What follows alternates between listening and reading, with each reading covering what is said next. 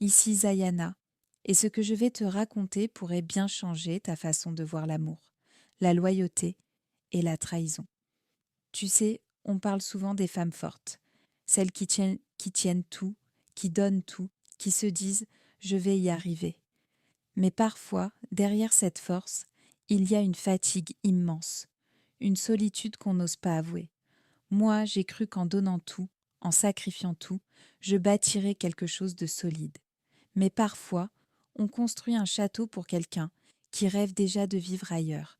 Et ce ailleurs, pour lui, c'était avec une autre femme, une femme plus riche. Idriss et moi, c'était une évidence. On a commencé avec peu, mais on avait des rêves. Et surtout, on s'aimait. Vraiment. On a eu 2 enfants, un garçon et une fille. Petit, rieur, plein de vie. Moi, je jonglais entre boulot, biberon, lessive, devoirs, nuit blanche. Lui, il cherchait encore sa voie. Il disait qu'il allait se lancer. Bientôt. Je le soutenais. Je croyais en lui. Je me disais que c'était une question de temps. Alors je tenais la maison. Je payais les factures. Je faisais les courses. J'animais les anniversaires. Et le soir, quand tout le monde dormait, je m'écroulais en silence. Au début, c'était juste des détails. Un nouveau parfum, un téléphone posé face contre table, des absences justifiées par des réunions de dernière minute.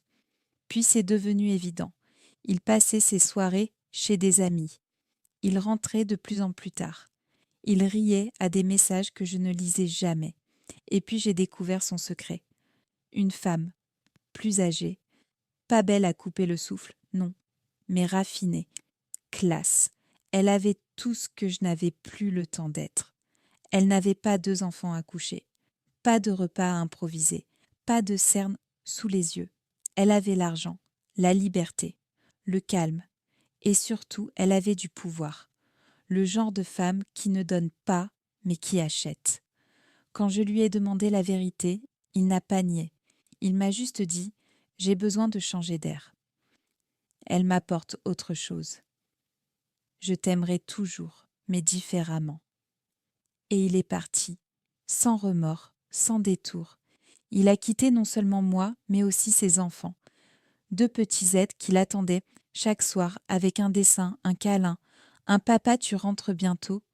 Il a tout abandonné, pour une vie plus facile, une vie sans pleurs la nuit, sans course à faire, sans sacrifice. Avec elle, il allait au spa. Il portait des chemises neuves. Il posait des stories de brunch et de voitures de luxe.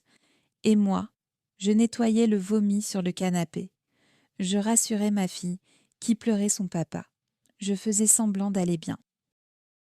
J'ai touché le fond, pas à cause de lui, mais à cause de ce que je m'étais laissé devenir. Une femme qui se battait seule, qui suppliait en silence pour qu'on l'aime encore, qui espérait qu'il revienne, même avec ses trahisons. Puis j'ai regardé mes enfants, et j'ai compris. Je n'étais pas seule, je n'étais pas brisée. J'étais fatiguée, oui, mais j'étais en vie. Et eux, ils avaient besoin d'une mère debout, pas d'une femme à genoux. Alors j'ai effacé son numéro, j'ai bloqué ses réseaux, j'ai repris ma vie en main, petit à petit, un jour après l'autre. Et aujourd'hui, je ne vis pas dans le luxe, mais je vis dans la paix. Je n'ai pas quelqu'un qui m'ouvre des portes de restaurant, mais j'ai 2 petits bras autour de mon cou qui me disent « Maman, tu es la meilleure ».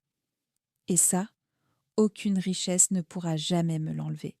Si toi aussi on t'a abandonné pour plus confortable, si toi aussi on t'a échangé contre une vie plus facile, souviens-toi de ça. Tu n'étais pas trop, tu n'étais pas assez, tu étais juste réel. Et parfois, les gens fuient ce qui est vrai parce que ça les confronte à eux-mêmes.